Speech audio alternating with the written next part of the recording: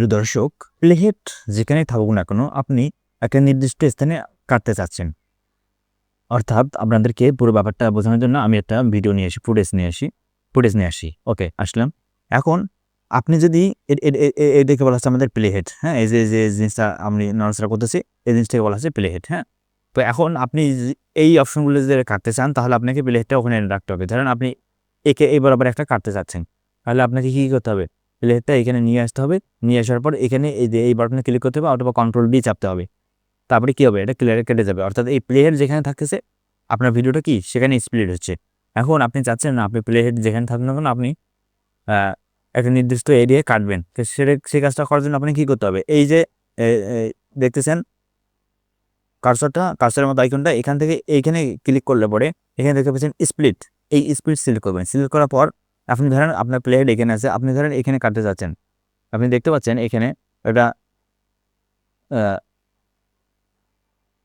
ব্লেডের মতো অপশন, এখান থেকে আপনি ধরেন এই জায়গাটাতে কাটবেন। তাহলে এখানে ক্লিক করেন, এরম ভাগ কেটে গেল এটা।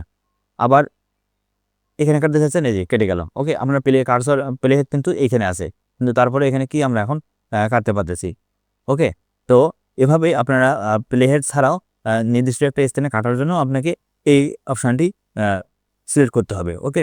আবার আপনি যদি এখন এগুলো সিলেক্ট করলেন, এখন এই বস্তুটা আপনার করা যাবে না এগুলোকে।